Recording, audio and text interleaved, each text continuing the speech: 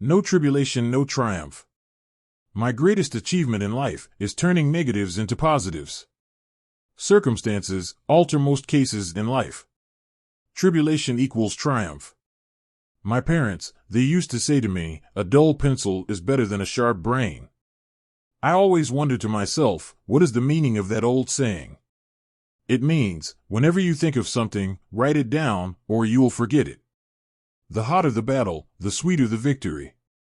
In order to attain one true level of potential in life, you'll have to fight or work hard for it. No pain. No gain.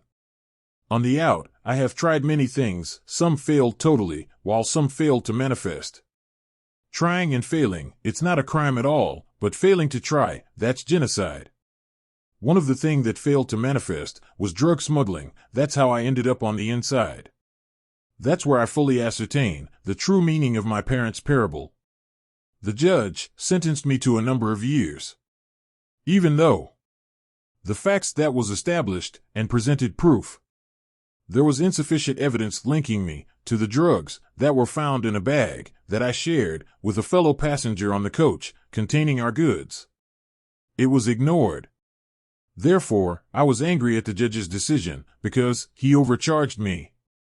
I was guilty of being naive, gullible, and susceptible. Not drug smuggling. Neither he nor I know that he is sending me on the correct path of my journey that will eventually lead to the detection of my hidden gem, which is destination, creative writing.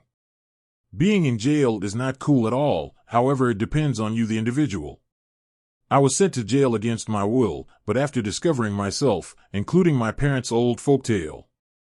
I think it was the will and true purpose of the highest that I ended up in here, where I was saved from myself in order to be enhanced, equipped, and prepared to reap the fruits that I have discovered along my journey through life.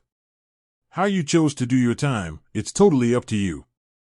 If you want to do the time in a positive way, by turning nothing into something, or letting the time do you, by coming out of jail worse than how you went in, that decision is totally up to you, the individual.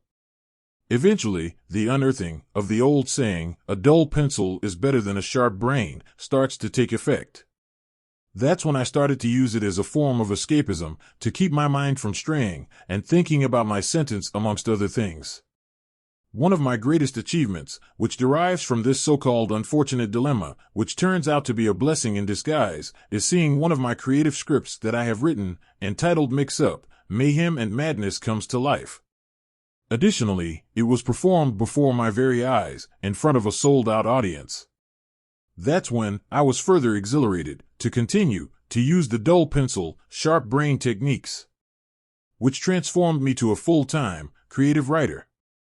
If it had not been for this unforeseen circumstances in my life, which I wasn't able to control, my creativity wouldn't have been born. It all started in 2018, whilst in prison. It was coming up to Black History Month, which is normally in the month of October. However, we, in this particular prison, weren't able to celebrate it until November of that year because of unforeseen circumstances that arises beyond our control. The powers that be, who runs that specific organization, need a bit of convincing with the assurance that the organized event, which is Black History Month celebration, will be a trouble-free one. After a cautious, careful, and constructive planning process, which was reviewed carefully, then approved by the top brass of the establishment, eventually, we were given the go-ahead to stage the event. I was given the task to write the program for the upcoming event at the time.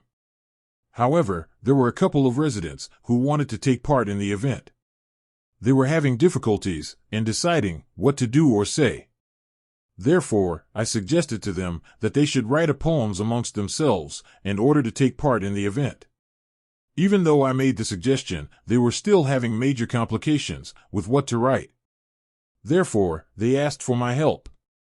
I was more than glad to assist.